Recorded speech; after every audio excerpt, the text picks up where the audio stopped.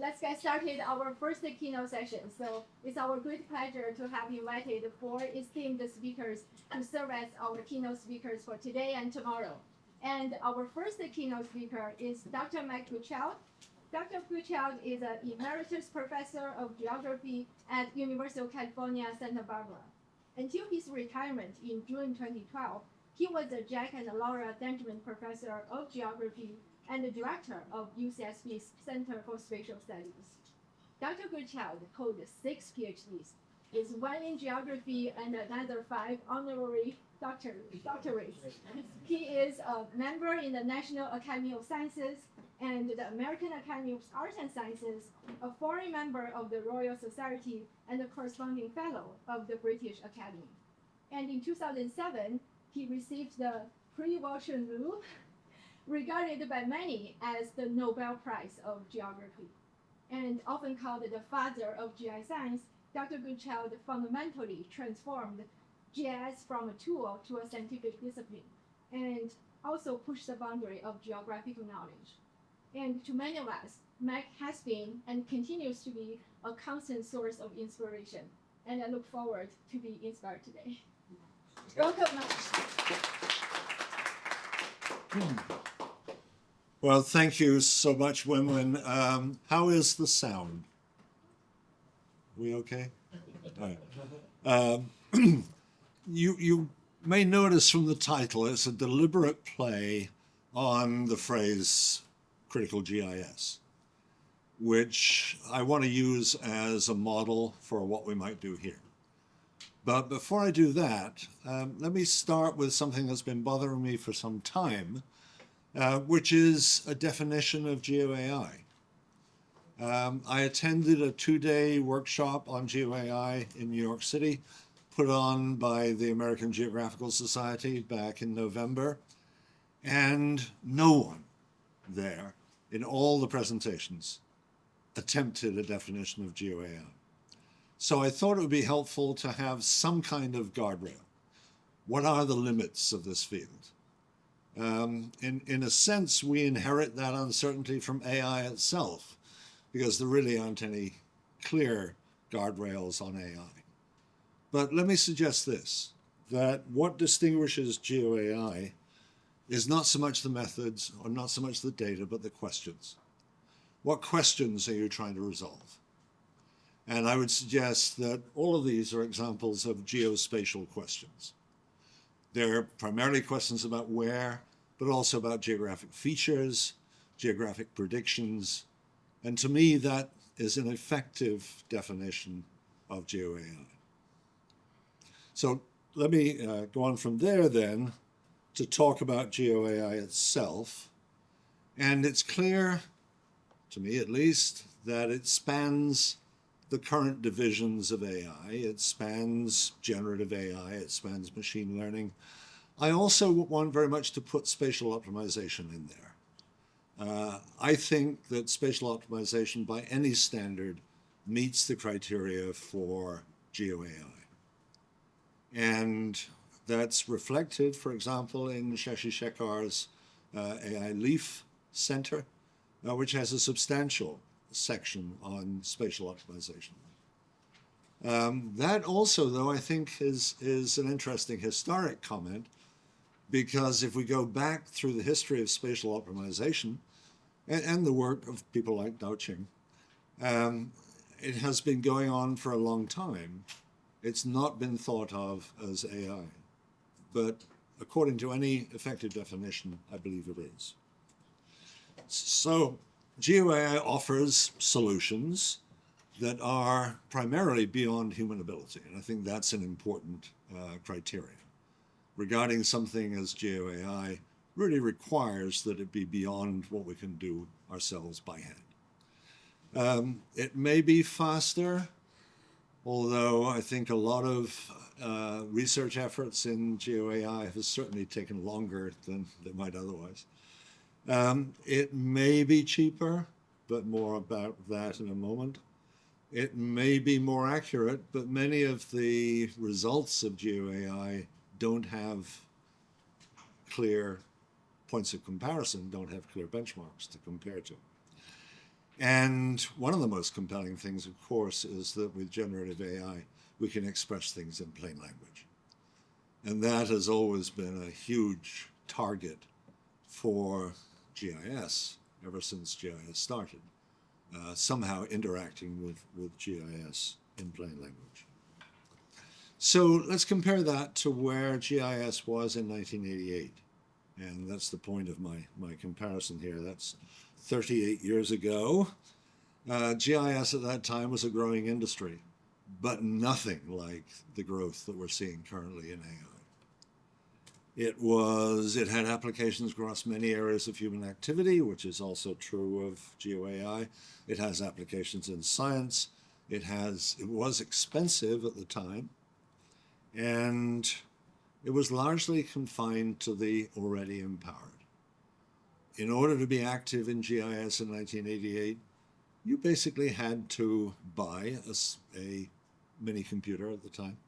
You had to buy the software. It was expensive, and you weren't going to do that on your own laptop. And so that's a point of comparison then with the current state of GeoAI. And at the same time, GeoAI is vastly larger and a much larger elephant to stick pins in. Here is just one of the thousands, literally thousands of data centers, which are now built or being constructed around the world. You can almost, looking at that, hear the sucking sound. Hear the sucking of data, the sucking of water, the sucking of electric power. All of it being sucked into that data center, which is actually in Georgia. And here's a map the New York Times published of the then state of worldwide data centers. Notice how it favors the global north. There's almost nothing in the global south. Notice how it favors certain economies and not others. This is what we are facing in GeoAI today. And forecasts of electric demand, this is just starting to become politicized as a key issue, looming, I suspect, in November, and looming worldwide as a key issue. Almost all the growth in electric power consumption worldwide is because of data centers. So with that in mind, let's go back to 1992 and look at the social critique that occurred then of GIS, because it was a profound shock. If you were involved in GIS in 1992, you were shocked that anyone was being so critical of what you were doing. And yet, after 3 or 4 years, it became, I would argue, the most profound impact on GI science that has occurred in the history of GI science. So, data sets reflect the agendas of their compilers. Data sets are not scientifically objective. They reflect, to some extent, the subjective opinions of the compilers. And there's this wonderful phrase, whose agenda is in your glove compartment, which of course requires you to think back to the days when the glove compartment first held gloves, but then held maps. Long since, I don't know what people keep in their glove compartments these days, apart from weapons. And GIS oversimplifies the world, putting things into classes and mapping boundaries that may not be replicable. That's something that's certainly true of all land use, land cover, soil mapping. None of it is replicable scientifically. Ask 2 experts to make the same soil map, and you will not get the same map. So this was referred to by the critics as what they called Boolean geography. It was oversimplifying the world. Things had to be A or B in order for a GIS to handle them, to process them. GIS offers only a God's eye perspective. So much of the data in GIS was either remote sensing from above or was mapped with a vertical perspective. GIS fails to acknowledge its roots in the military and intelligence sectors. This was a critique developed by Neil Smith in 1992. And GIS empowers the already powerful and increasingly marginalizes the marginalized. All of those were certainly true in 1992, were the basis of a developing critique of GIS. So my question for today is, how many of these apply to GeoAI? What of those things apply in another round of critique of a technological development? So I think that's a very interesting question that we can very usefully debate in the next couple of days. This had, as I said, enormous impact. First and foremost, there was a meeting in late 1993 when we deliberately brought together the two sides, the social critics of GIS and the proponents of GIS, in the very nice location of Friday Harbor in the San Juan Islands. And NCGIA, the National Center for Geographic Information and Analysis, which was then active, still is to a degree, held its Initiative 19, Research Initiative number 19, in March in a very wintry Minnesota. And the report from that meeting is still online if you're interested. John Pickles came out with an edited book, Ground Truth, The Social Implications of GIS, well worth thinking and reading today from the perspective of GeoAI. How much of that still applies? And out of this emerged the field of critical GIS. So my basic question here is there a basis for critical GeoAI? Another landmark was the book by Tim Nerges, Helen Kouklelis, and Bob McMaster, The Sage Handbook of GIS in Society. So all in all, I think this had a profound and lasting impact on GI science. And one can trace the changing research agenda based on this period of critique. So let me now just talk about foundation models and something that concerns me greatly. And I want to talk about basically the practice of finding patterns in vast amounts of data. We have been trying to find patterns in data. The discipline of geography has been doing it for at least 500 years. And what is left is probably pretty weak. So if you base your predictions on weak relationships, on weak patterns, necessarily the predictions are going to be weak. The predictions really need a solid dose of uncertainty because they're based on weak patterns. So if we look at large language models, for example, this is looking for patterns in language. For those patterns allow us to replicate human speech. So the results sound human. They pass a Turing test in the sense that it's impossible to tell whether they come from a machine or from a human. And they take me back. I don't know if any of you, maybe Pete, go back to the days of ELIZA, which was an invention of an MIT professor in the 1960s. It was a very short piece of code, but it replicated a I have to be careful, it's a social worker. I hesitate to say psychiatrist. And it did it by recognizing certain words and responding in certain ways. So if you, for example, if you mentioned mother, the response would be, tell me more about your mother. So it was a very simple but very compelling example. And if you'd like more detail, there's a wonderful book by Bender and Hanna, came out last year, called The AI Con. And it has a beautiful analysis of that period and what, in fact, was achieved by Weizenbaum in that period. So we, of course, are thinking about foundation models trained on imagery. And so the equivalent is to say that what they simulate looks like Earth. looks real. Filling gaps left by cloud, deep fakes, imagined worlds, spatial interpolation, done using foundation models, downscaling, super resolution. All of these are hugely important topics in a geographic tradition. In many cases, they add to what we've been doing for years. For example, spatial interpolation is now being added to by new methods. And here's a little bit of publicity from Esri about its work on foundation models.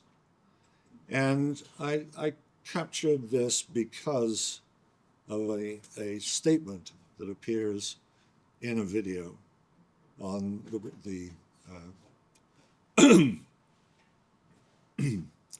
on the Esri site.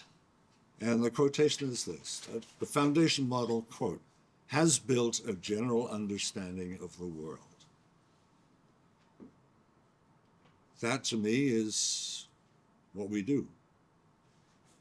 And the idea that with a foundation model and some kind of secret sauce, you could solve the problem that has bothered geographers for hundreds of years, to me is very scary. So what do we think of this? How do we react to this idea that a foundation model provides a general understanding of the world? I hope that's something we can pick up on. And here are the subsidiary questions that immediately arise. Over what space of data was that foundation model trained? To what extent was it subject to social bias? But even more important for GeoAI, to what extent was it subject to geographic bias? And to what extent was it the victim of spatial heterogeneity? The reaction to something like this might be, need more data?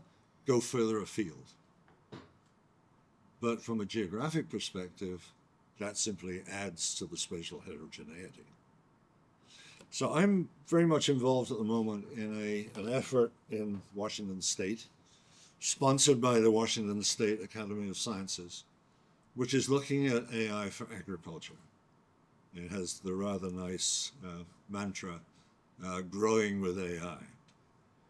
And this is applied to the state of Washington, which grows over 300 commercial crops and covers an area from the Palouse to the Puget Sound. What could be more different? To what extent, then, is there geographic bias? What should we do? Should we go to the state of Oregon and collect more data, or the state of Michigan? How do we train a model to deal with 300 different crops spread over the state of Washington? Interesting question. I think, as a result of thinking about this, I believe that geographic bias is one of the most important issues for GeoAI, one of the most important challenges. Let me switch a little bit to ethics and ask what we would mean by ethical AI. It should be, if we follow the norms of science, should be open and transparent, of course, because openness and transparency are key to trust in science. It should be reproducible and replicable. We had an earlier SPARC workshop. It must have been 2018-19 on replicability and reproducibility. That requires that any scientific research be reported in sufficient detail to allow replication. That's a very high bar for GeoAI. Can you honestly report in sufficient detail to allow for replication? There should be honesty in reporting uncertainty. We have this wonderful acronym, VVUQ, validation, verification, and uncertainty quantification. It should address bias in machine learning, and I've emphasized the importance of geographic bias and spatial heterogeneity. It should protect individual privacy. And the one that I think bothers me most because I see so little of this in the GeoAI field, is the question of alternative hypotheses. If you think back to John Snow and his work on cholera in London, there were 4 alternative hypotheses, all of which could have explained the pattern. How does that intersect with GeoAI? I know it's something that Pete Rogerson has been thinking a lot about recently. I think when we think about ethical behavior, there's one pattern which, to me, is very clear in the way that GIS has evolved and how I suspect GeoAI will evolve. And that's the question of who's responsible for ethical behavior. The industry, in the GIS case, builds tools for the maximum variety of possible applications. So to Esri, a polygon is a polygon. But a polygon in the context of school districts is very different from a polygon in the context of vegetation cover mapping. And yet the software treats them as the same. In other words, the message here is that the responsibility for ethical behavior lies with the user. This is caveat emptor. This is buyer beware. And that, to us as educators, raises some very important questions. What should the user know? What should the user know to be a responsible and ethical user of the technology? So consider for a moment what would happen if it were the software developer who was responsible for ethics. The software might alert the user to possible ethical issues. It looks like you're heading down a road with this analysis that may lead you into an ecological fallacy. Be careful. None of that, of course, will occur in the current market. Co-design, enriching the user experience by joint design between developers and users. And I very much like this quotation from Satya Nadella when he was Microsoft CEO. This is about 10 years old now. Perhaps the most productive debate we can have isn't one of good versus evil. The debate should be about the values instilled in the people and institutions creating the technology. I find that a very compelling point. So I think that's it for my 30 minutes. Thank you very much for your attention. I hope I've raised some interesting questions. I hope I've, to some extent, framed what we can be talking about and thinking about over the next 2 days. So thank you.